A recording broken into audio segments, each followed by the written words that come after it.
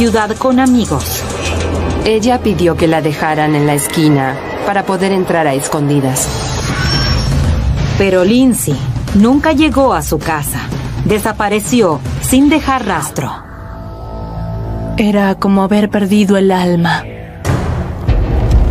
Los investigadores también descubrieron que había un hombre en la vida de la chica universitaria del que nadie sabía nada.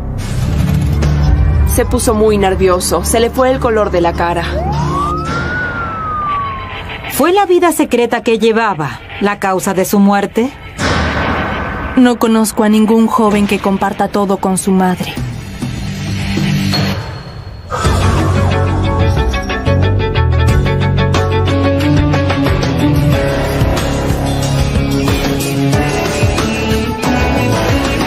Caso criminal. Esta noche tenemos un caso en Placentia, California, al sur de Los Ángeles. El tranquilo vecindario residencial se convirtió en la escena de un alarmante misterio cuando una joven estudiante universitaria desapareció después de salir una noche con amigos. La inquietante investigación sobre lo sucedido empezó a pasos de la puerta de su propia casa. Era la tarde del sábado 17 de febrero del 2001. Nancy Ekelund estaba esperando que su hija Lindsay la llamara. La chica de 20 años le había dicho a su madre que pasaría la noche en la casa de una amiga y que la llamaría para que la fuera a buscar ese mismo día después de clase. Como Nancy no recibió noticias de su hija, se preocupó y la llamó. Me dijeron que no estaba ahí, que no estaba en clase. Nancy estaba preocupada. No era común en Lindsay faltar a clase. Era estudiante en la Universidad Fullerton y se tomaba el estudio en serio. El temor de Nancy empeoró cuando no pudo ponerse en contacto con su hija. Nancy llamó a la chica con la que se suponía que Lindsay había pasado la noche para ver por qué ella no había ido a clase. Nancy se sorprendió cuando la amiga de Lindsay le dijo que no se había quedado a dormir. Le dijo a Nancy que Lindsay había salido a la noche por la ciudad con un grupo de amigos. Me sorprendió que ella no me lo hubiera dicho. Pero tenía 20 años y no conozco a ningún joven que comparta todo con su madre. La amiga le dijo a Nancy que un joven llamado Chris McCamis se había ofrecido a llevar a Lindsay a casa esa noche. Chris dejó a Andrea y a Amy en sus casas y después llevaría a Lindsay a nuestra casa, algo que me resultó raro porque no la esperaba en casa esa noche. Nancy inmediatamente llamó a McCamis. Él le dijo que la última vez que había visto a Lindsay fue cuando se bajó de su camioneta cerca de su casa, alrededor de las 4 de la mañana. Chris manejaba la camioneta y primero dejó a una chica en su casa y luego dejó a la segunda chica y luego se fue con Lindsay en el auto. Después dejó a Lindsay y se dirigió solo a su casa. Nancy no podía creerlo. No tenía sentido. ¿Cómo era posible que haya dejado a Lindsay en su casa y que nunca haya entrado? Se puso en contacto con la policía. Al principio este caso fue considerado como una desaparición. Enviaron a un oficial de la patrulla para que la madre de Lindsay, Nancy Ekelund, diera información sobre la desaparición de su hija y sobre el hecho de que no la había visto por unas 24 horas. Sabía que algo estaba mal, pero yo no sabía por qué no había pensado eso antes. Cuando la policía le sugirió que Lindsay podría haberse escapado, Nancy les dijo que era imposible. Teníamos una relación muy cercana y abierta. No me entraba en la cabeza. No había forma de que hiciera eso. A Nancy le preocupaba que algo mucho peor le hubiera ocurrido a su hija. Llamé a todos los hospitales que pude. Fui a muchos hospitales, llamé a morgues, llamé a todos lados. Y no había nada. Nadie sabía nada. Después de esperar las 48 horas obligatorias, la policía oficialmente declaró a Lindsay como una persona desaparecida. Los investigadores interrogaron a las amigas de Lindsay sobre la noche en que desapareció. Le asignaron el caso a la detective Corinne Loomis. Las amigas de Lindsay nos dijeron que se habían ido a San Diego y que ahí se encontrarían con otra chica e irían a la discoteca. El que luego las llevaría a su casa sería su amigo Chris McCamis. Cuando llegaron a San Diego, ellos pensaban encontrarse con otra amiga allí para luego ir a bailar a la discoteca, pero esa chica no apareció. Se le hizo tarde. Los planes fracasaron, se hizo muy tarde y el grupo decidió que volverían al condado de Orange. La policía también habló con Chris McCamis y él les contó la misma historia. Dijo que cuando volvieron de San Diego, Lindsay había sido la última en llegar a su casa. Chris dijo que cuando llegaron a la residencia de Lindsay, ella le pidió que la dejara en la esquina. Eso es unas 2 o 3 casas de distancia de donde ella vivía. Quería tratar de entrar a su casa sin que la escucharan. Así Nancy no sabría a qué hora había llegado.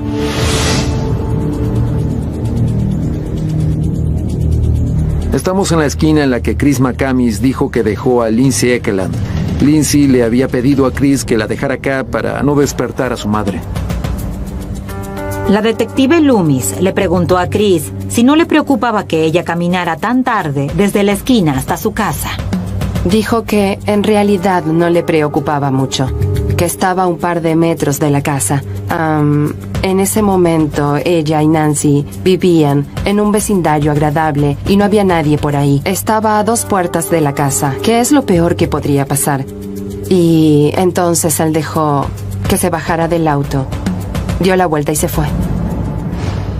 Los detectives registraron el vecindario. Nadie había escuchado nada, nadie había escuchado ruidos de llantas, nadie había escuchado a nadie correr, nadie había escuchado siquiera un choque.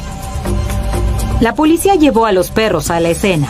Olieron el aroma de Lindsay, pero el rastro no los llevó muy lejos. Fue desapareciendo y nunca pudimos determinar la dirección del recorrido. Los investigadores registraron la habitación de Lindsay, con la intención de encontrar algo que pudiera explicar su desaparición repentina. Revisaron toda la habitación, los cajones debajo de la cama, todo tratando de... No sé qué estaban buscando. Sacaron el disco duro de la computadora para saber si había algún correo o conversación y no había nada. Yo no sabía por dónde empezar.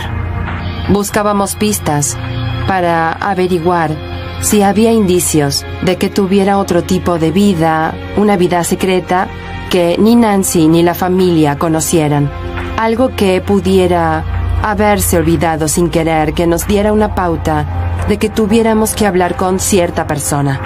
Oh, vaya, no sabíamos que estuviera yendo a ese lugar. Tampoco sabíamos que tuviera problemas con ese individuo. Eso es lo que buscábamos. En verdad, no había nada en la casa que nos hiciera pensar que algo hubiera sucedido, más que se había ido. Los investigadores no tenían respuesta al misterio sobre lo que le había pasado a Lindsay Ekelund, una chica joven y linda que, según todos, era querida y feliz. ¿Pero acaso tenía algún enemigo acechando en las sombras?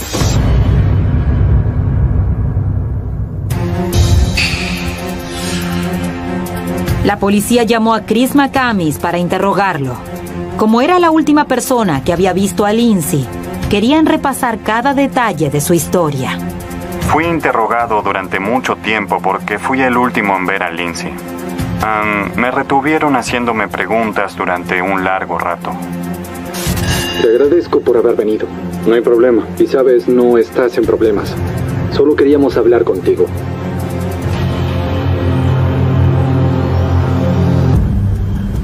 La policía quería saber más sobre la amistad que existía entre Lindsay y Chris. ¿Alguna vez tuviste una relación amorosa con ella?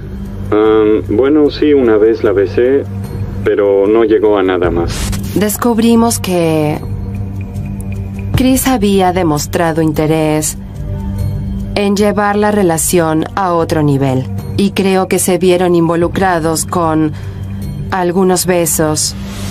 Incursionaron en una relación amorosa, pero eso fue al principio. A los detectives siempre les había parecido extraño que Lindsay quisiera que Chris la dejara en la esquina de la calle, en lugar de dejarla frente a su casa. También hablamos con otros amigos, testigos, que dijeron que ella les había pedido que la dejaran en la esquina. Chris insistió en que no tenía idea de dónde estaba o qué le había pasado. ¿Tuviste algo que ver con la desaparición de Lindsay? No. Supuestamente eres la última persona que la vio. Entonces, ¿qué sucedió? No estoy seguro. Debió estar con amigas o algo así. La policía seguía creyendo que Chris podría estar escondiendo algo. Accedió a someterse al detector de mentiras. En algunas preguntas pasó y en otras no pudieron determinar con certeza que estuviera diciendo la verdad. Los detectives registraron la camioneta de Chris en búsqueda de algo sucio. Llevaron el vehículo al laboratorio de criminología del condado de Orange y fue sometido a un extenso análisis forense. No había nada que nos diera algún indicio de una lucha en el vehículo. Registraron el apartamento de Chris. Era un apartamento muy limpio. Chris le dijo a la policía que había dejado a Lindsay cerca de las 4 de la mañana. Y después los investigadores descubrieron algo que parecía comprobar su historia. Las imágenes de las cámaras de vigilancia de un banco en esa calle confirmaban que se había ido a casa después de dejar a Lindsay. Al norte de la casa de Lindsay había un banco. Y miramos la grabación de las cámaras de la calle Rose Drive, en donde quedaba la casa de Lindsay. Y Chris dijo que es la que había tomado para volver a su casa, que sería la ruta correcta, la dirección correcta. Vimos lo que parecía ser una camioneta blanca, muy parecida a la de Chris. La cámara de vigilancia capturó a la camioneta cuando pasó a las 4:14 de la mañana. La prueba le dio a la policía confianza de que Chris no estaba involucrado en la desaparición de Lindsay. McCamis le dijo a los investigadores lo que pensó que podría haberle pasado a Lindsay. Dijo que era posible que se hubiera escapado. Tenía un boleto de avión gratis porque una vez le habían retrasado un vuelo o algo. Así que tenía un boleto de avión gratis. ¿A dónde? Creo que para ir a cualquier lado. El boleto de avión sumó credibilidad a la posibilidad de que se hubiera escapado.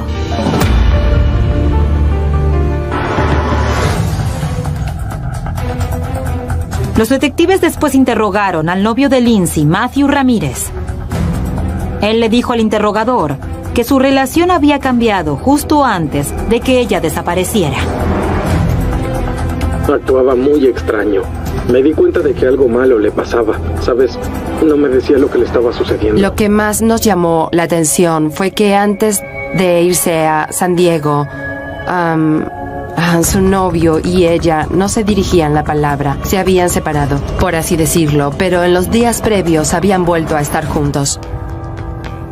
Los registros del teléfono móvil de Lindsay de la noche en que desapareció mostraban que había llamado a Matthew a las 2:48 de la mañana, una hora antes de desaparecer. Me dejó un mensaje. Decía que estaba en su casa y que estaba muy cansada y que se iría a dormir. Y eso fue lo último que supe. No encajaba con lo que los amigos de Lindsay le habían dicho a los investigadores. La línea de tiempo que habían hecho indicaba que Lindsay seguía fuera de casa cuando hizo el llamado. Cuando los detectives le pidieron escuchar el mensaje, Ramírez dijo que lo había borrado. Los detectives se preguntaron si Lindsay le había mentido a Matthew porque planeaba encontrarse con otra persona, o tal vez porque temía que estuviera celoso por haber salido con Chris McCamis. Los detectives le preguntaron a los amigos sobre la relación entre Lindsay y Matt. No había ninguna señal de alarma, llevamos a cabo la investigación como si fuera la de cualquier homicidio o crimen importante.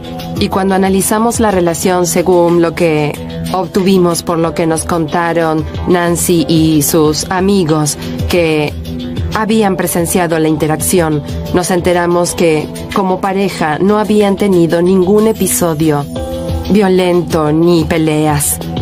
Matt le dijo a la policía que no estaba cerca de la casa de Lindsay cuando ella desapareció. El novio de Lindsay dijo que estaba en su casa, probablemente durmiendo. Los investigadores no pudieron encontrar pruebas sólidas que demostraran que Ramírez estuviera involucrado en la desaparición de Lindsay. Desde el primer día, no habían avanzado nada en la resolución del misterio. No teníamos demasiado para continuar. No teníamos cuerpo, no había escena del crimen, ni nada definitivo como para decir que había sido víctima de algo sucio. A los detectives les preocupaba lo difícil que podría llegar a ser encontrar a Lindsay Ekelund. ¿Seguía con vida? ¿O la peor pesadilla de su madre se había vuelto realidad? Aunque Nancy Ekelund no creía que Lindsay se hubiera escapado, de todos modos decidió hacer un pedido público, en caso de que su hija pudiera escucharla. Solo quiero que sepas que te extraño y... si puedes conseguir un teléfono, no sé, no hace falta que sepa dónde estás, solo quiero saber que estás bien y que sepas que te quiero. Era la segunda vez en la vida de Lindsay que Nancy temía perder a su hija. Cuando Lindsay tenía tan solo 5 años, casi muere en un accidente automovilístico. Estábamos viajando para ver a mi familia que vive en California y nos chocaron y ella salió volando por la parte trasera del Volkswagen y aterrizó de cabeza en la carretera. Su vida cambió y la vida de todos cambió en ese momento. Y los médicos me decían, tienes que estar preparada porque no va a sobrevivir. Se había roto prácticamente todo lo que puede romperse. Así que durante los 15 años se sometió a 28 operaciones. Nancy le dijo a los investigadores que no creía que Lindsay hubiera desaparecido sin ayuda. Su hija no tenía licencia de conducir y tampoco tenía mucho dinero. No tenía grandes ingresos de dinero. Era estudiante universitaria. No podía planear irse a ninguna parte. Una semana después de la desaparición de Lindsay, las sospechas sobre algo malo se hicieron más fuertes cuando Nancy Ekelund recibió un llamado de un hombre misterioso que preguntó por Lindsay. Dijo, tengo un dinero de Lindsay, $150 para la universidad. ¿Por qué lo tenía él y por qué se lo estaba guardando? El hombre dijo que su nombre era Restler y quería encontrarse con Nancy para devolverle el dinero. Nancy no le dijo al hombre que su hija había desaparecido. Y me dijo, bueno, te puedo dar el dinero y tú dárselo a Lindsay. Me encontré con él en un estacionamiento, me dio el dinero y me dijo, ¿está bien, Lindsay? ¿Quién era ese hombre que tenía la edad para ser su padre, literalmente? Cuando se encontró con este hombre misterioso, las sospechas de Nancy aumentaron. Parecía explicar muchas de las cosas que estaban sucediendo en la vida de Lindsay poco antes de que desapareciera. Nancy les dijo a los investigadores que creía que este hombre mayor le había estado comprando regalos a Lindsay y llevándola a restaurantes costosos. Un día volvió a casa con un abrigo hermoso. Tenía cosméticos costosos y volvía a casa con recipientes de algún restaurante. Y no eran los restos de una hamburguesa. Hablo de langostas y comida del tipo gourmet. Y yo sabía muy bien que no habíamos ido a ningún restaurante gourmet. Por supuesto, no sabía quién era él. Era muy viejo. Nancy alertó a la policía sobre ese extraño hombre. Y cuando los investigadores empezaron a investigar al señor Restler, descubrieron algo alarmante. Le había dado a Nancy un nombre falso. Una vez cuando habló con Nancy por teléfono después de la desaparición de Lindsay, le dijo un apellido diferente y pensamos, qué extraño, ¿por qué no le dice su verdadero nombre? Eso fue una señal de alarma porque estaba tratando de ocultar su identidad. La policía tenía incluso más preguntas después de que un testigo dijera haber visto al señor Restler con Lindsay tiempo después de que ella desapareciera. La empleada de una tienda estaba segura de haber visto a los dos en una tienda de ropa, una semana después de la desaparición de Lindsay. Pensamos que tal vez estaba escondiendo a Lindsay en algún lugar. Era sospechoso. Un vecino de los Ekelons echó más leña al fuego cuando dijo que había visto al hombre tomado de la mano de Lindsay. Los investigadores llamaron al hombre a la estación con la esperanza de que un interrogatorio resolviera el caso. Pero el hombre negó haber hecho algo malo. Bien, tienes 58 años, pasas a buscar a una chica de 20 y la llevas por todos lados. Hay vecinos que están seguros de haberlos visto tomados de la mano. Nunca la toqué. Él insistía en que no tenía nada que ver con la desaparición de Lindsay, que no había visto a Lindsay desde hacía un día o más. Él no muy contento con la acusación.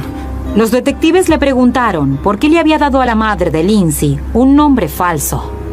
¿Por qué mentiste sobre tu nombre? Bien, ella no sabía Lindsay no sabía mi nombre, ¿ok? Lindsay nunca me preguntó mi apellido, ¿ok? Bien, entonces ahora sabemos que mentiste. Su historia se basaba en que era solo un amigo de Lindsay. No había ningún romance de por medio. Estaba casado. Los investigadores se dieron cuenta de que la misteriosa relación no era un secreto solo para la madre de Lindsay. ¿Te preocupa que tu esposa se entere sobre tu amistad con esta chica? Sí, creo que ella se volvió. Los detectives siguieron presionando al hombre sobre la sospechosa conexión con Lindsay. Él parecía nervioso y recuerdo que me incliné sobre él y que nuestras rodillas casi se tocaban y miraba hacia abajo y había algo en su expresión corporal que me decía que si lo presionaba un poco más me diría dónde estaba ella. Tendrás que ayudarnos a encontrarla. Debes ser honesto y ayudarnos. ¿Está bien? Pero ahora lo importante eres tú. Si estuvieras en mis zapatos y fueras el detective, ¿qué pensarías? Entiendo bien a qué te refieres, ¿ok? En ese momento, la detective Loomis pensó que estaba a punto de confesar. Pero el hombre mantuvo firme su historia e insistió en que no tenía nada que ver con la desaparición de Lindsay. Cuando se negó a someterse a la prueba del polígrafo, la policía confirmó que tenía un sospechoso. Ahora querían saber si había ayudado a Lindsay a escaparse o si había hecho algo mucho peor.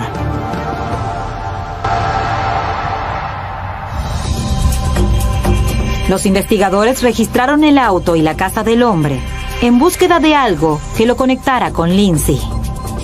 Bueno, buscábamos alguna prueba física de un crimen. A veces lo que buscamos es a lo que llamamos trofeos.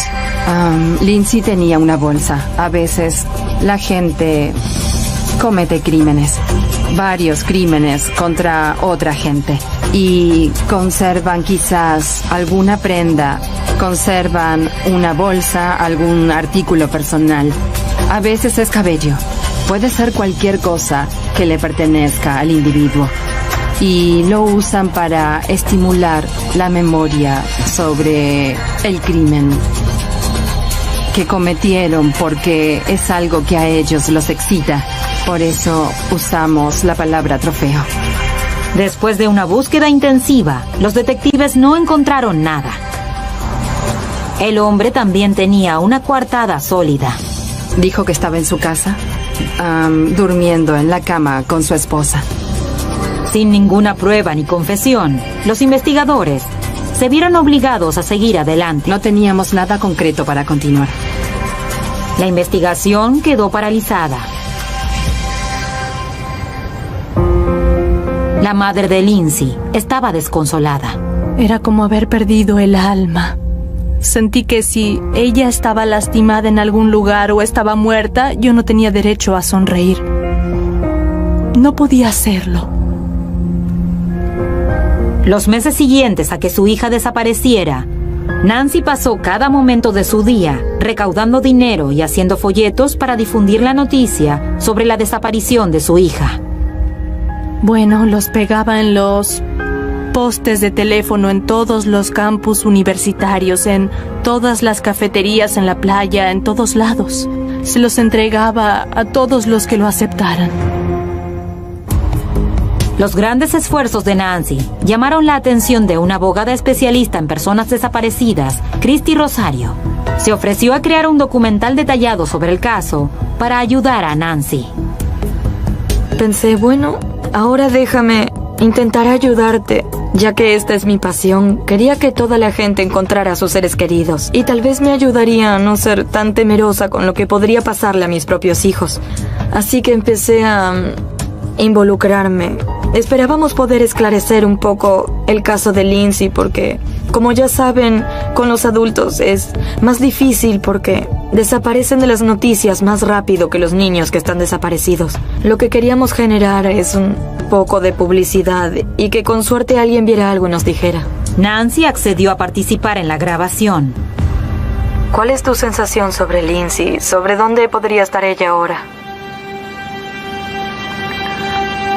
Mis sentimientos son muy inestables. Todo el día. Tengo que mantenerme optimista. No quiero estar rodeada de gente negativa. No me lo permitiré. No participaré en una conversación en la que alguien diga que ella ya está muerta. Sus pertenencias están en su habitación. El cheque de su salario sigue ahí. Todas sus pertenencias, excepto su teléfono y su bolsa, están en su habitación. Lindsay era todo para ella. Quiero decir, al mirar sus ojos notas tristeza y soledad. Habría cambiado su vida por la de Lindsay en un segundo.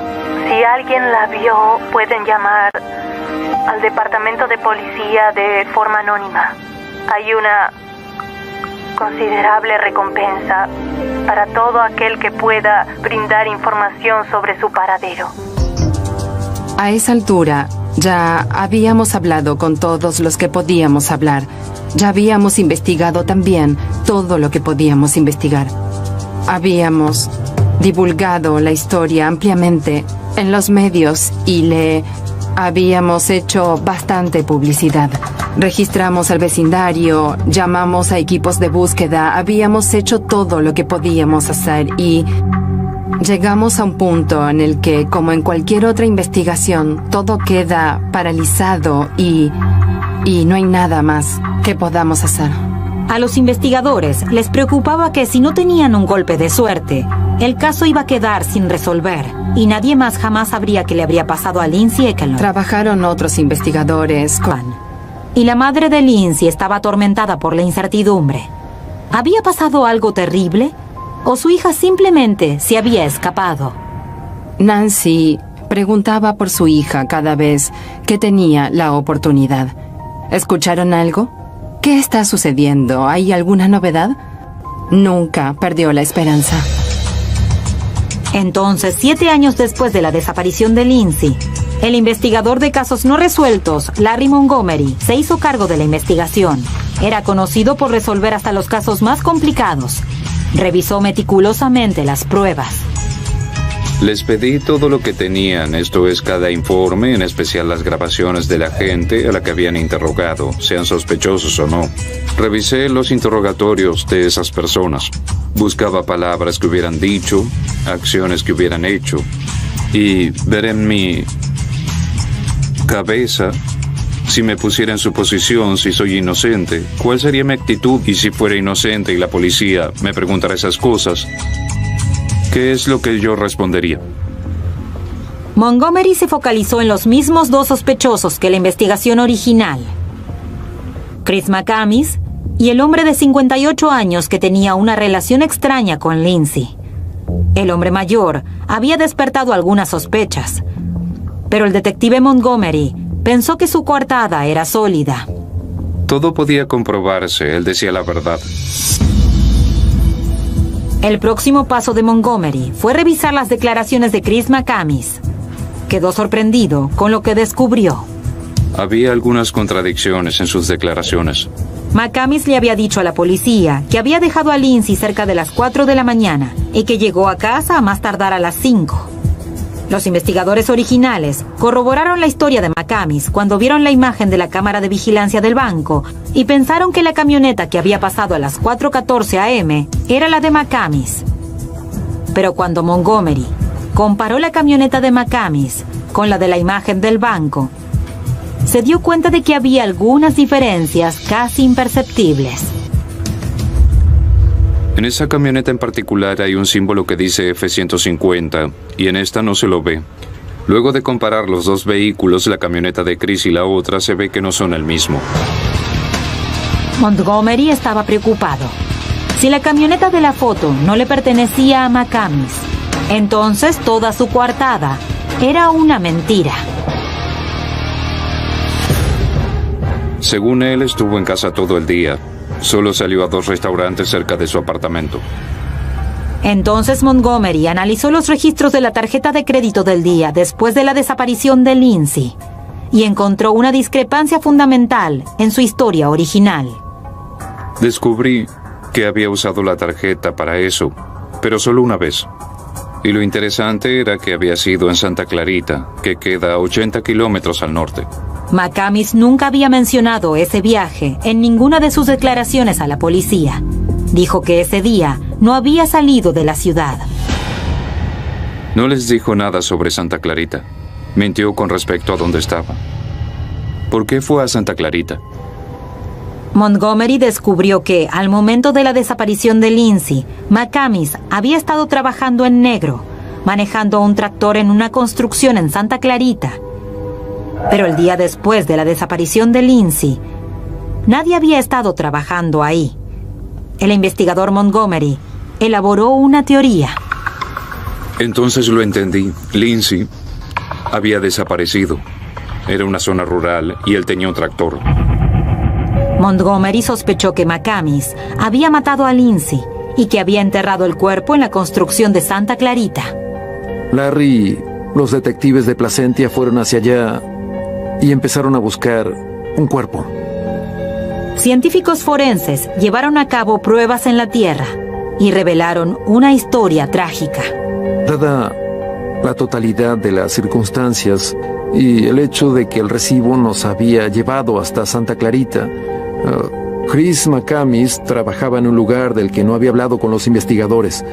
Sentíamos que había una gran posibilidad de que Lindsay estuviera enterrada en alguna parte de ese lugar.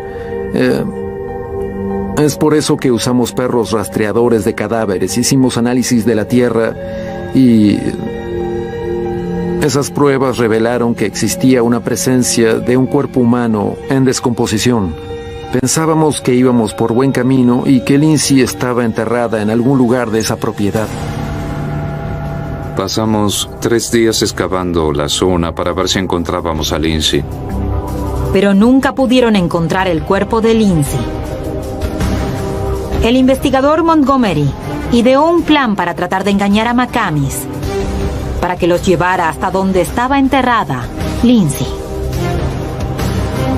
Quería hacerle creer a Chris que parte de los restos de Lindsay los encontraron en Santa Clarita. Así que ideamos un plan que consistía en que un oficial disfrazado de periodista encubierto fuera a la casa de Chris.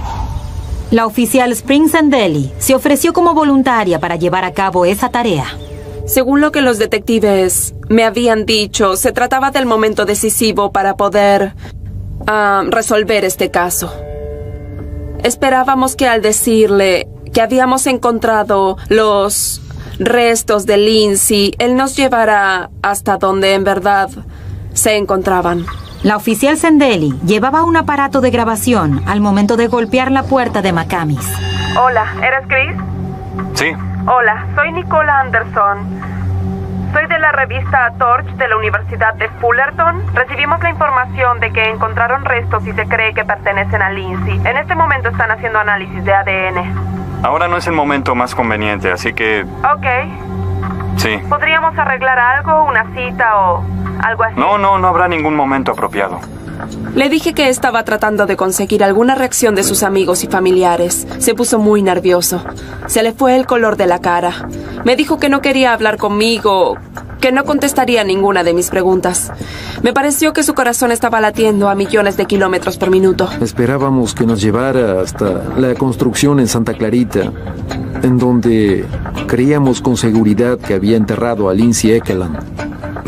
McCamis estaba nervioso, pero se dio cuenta de que la policía lo tenía acorralado. Dijo que lo habían estado siguiendo, así que en ese momento las posibilidades de que fuera hasta el lugar eran nulas. Los investigadores sabían que solo les quedaba una carta para jugar. Tenían que hacer que McCamis confesara. El 27 de octubre del 2010, casi 10 años después de la desaparición de Lindsay, los detectives arrestaron a Chris McCamis. Lo llevaron a la estación para hacerle un interrogatorio a todo o nada. Teníamos una sola oportunidad. Todo dependía de esa entrevista. Todo. Soy el investigador Larry Montgomery de la oficina del fiscal del condado de Orange. Creo que ya conoces al detective Brice Angel. Larry pasó los siguientes 45 minutos repasando el caso, pieza por pieza. Desplegó las pruebas que teníamos en contra de Chris y el hecho de que habíamos encontrado los restos de Lindsay, que era mentira, era una táctica que usaríamos. El investigador Montgomery le dio muchas vueltas a la coartada de Chris McCamis. Le dijo a McCamis que la cámara de vigilancia del banco no había grabado a su camioneta la noche en que Lindsay desapareció. No era tu camioneta, no vimos pasar tu camioneta aquella noche. Nos mentiste, no la dejaste en su casa. La nueva prueba tomó por sorpresa a McCamis. Y entonces Montgomery soltó una bomba. Tenía pruebas de que McCamis había manejado hasta Santa Clarita el día después de la desaparición de Lindsay. El golpe maestro fue la entrada de Santa Clarita en el resumen de la tarjeta de crédito. Y finalmente Larry lo sorprendió con eso. Nunca habías dicho nada sobre esto. No había motivos para que estuvieras ahí. McCamis empezó a sentir la presión. Creo que necesitamos un abogado para que hablemos de esto. Bueno, depende de ti. Los investigadores contuvieron la respiración. Si McCamis pedía a un abogado, terminaría el interrogatorio. Ahí es cuando le aclaré que nadie tenía la intención de parecer un monstruo y que era su momento para contarnos su versión de la historia.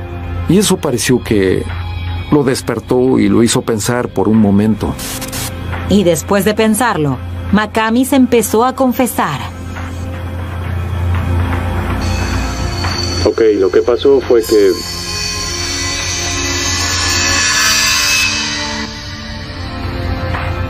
Chris finalmente admitió que después de dejar en la casa a dos amigas, que Lindsay no quería ir a su casa porque no la esperaban de vuelta, accedió a ir a la casa de Chris. Eran amigos hacía 6 meses y ella se sintió cómoda como para hacerlo.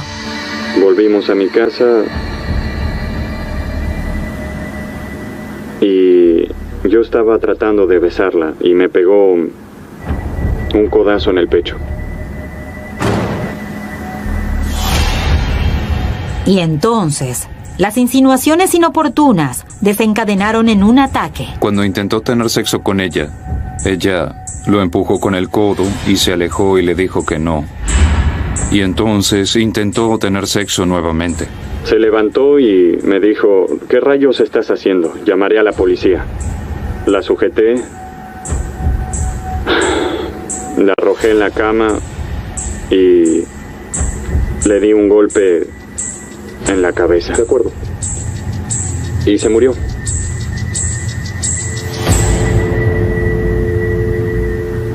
No mostró ninguna emoción. ¿Arrepentimiento? No. Dijo, sabía que este día llegaría. Después de la confesión, McCamis accedió a ir hasta Santa Clarita para mostrarles a los investigadores dónde había enterrado el cuerpo de Lindsay. Estacioné mi camioneta por acá. Está en los alrededores. Después de encontrar los restos de Lindsay, la detective Loomis llamó a Nancy, que estaba trabajando y no tenía idea del estado en que se encontraba la investigación. La llamamos y le dijimos, tienes que volver a casa porque queremos hablar contigo sobre el caso. Nancy todavía tenía esperanzas de que su hija Lindsay estuviera viva. Pensé que al momento de llegar ella estaría en la puerta. Estaba manejando y miré y pensé que ella estaría ahí. Pero no estaba y ahí es cuando supe que algo no estaba bien. Me dijeron encontramos a Lindsay. Y yo les pregunté, ¿está bien? Y me dijeron no. Ella está muerta. La madre de Lindsay estaba destrozada. Su hija nunca volvería a casa. El 16 de abril del 2012, Chris McCamis fue declarado culpable de asesinato. Lo sentenciaron a 15 años de prisión. Cuando los investigadores le hablaron a Nancy de Chris McCamis y de lo que había estado haciendo en los años posteriores al asesinato de Lindsay, ella enfureció. Tenía esposa, se había casado y tenía una hija. Se daba el lujo de festejar las Navidades y los cumpleaños y se divertía con su hija y todo lo que hace la gente cuando tiene una vida normal. No tenía remordimientos. No tiene remordimientos. Pero para Nancy Ekelund, la condena de McCamis simplemente significó que la búsqueda de la verdad había terminado en un final doloroso. Sabía que no traería a mi hija de vuelta, pero él finalmente estaría donde se suponía que debía estar desde hacía 10 años. Y sabía que ya no me tendría que preocupar por ella, ni preguntarme dónde estaba. Ya conocía al responsable. El espíritu animado de Lindsay siempre se mantendrá vivo en el corazón de su madre. Este pequeño rubí rojo se lo ganó en un concurso de poesía el Día de la Madre. Y lo llevo conmigo hace unos 25 años. Este brazalete lo usó durante casi 10 años. Aunque ella ya no esté, la tengo. Está presente todo el tiempo. Todo el tiempo.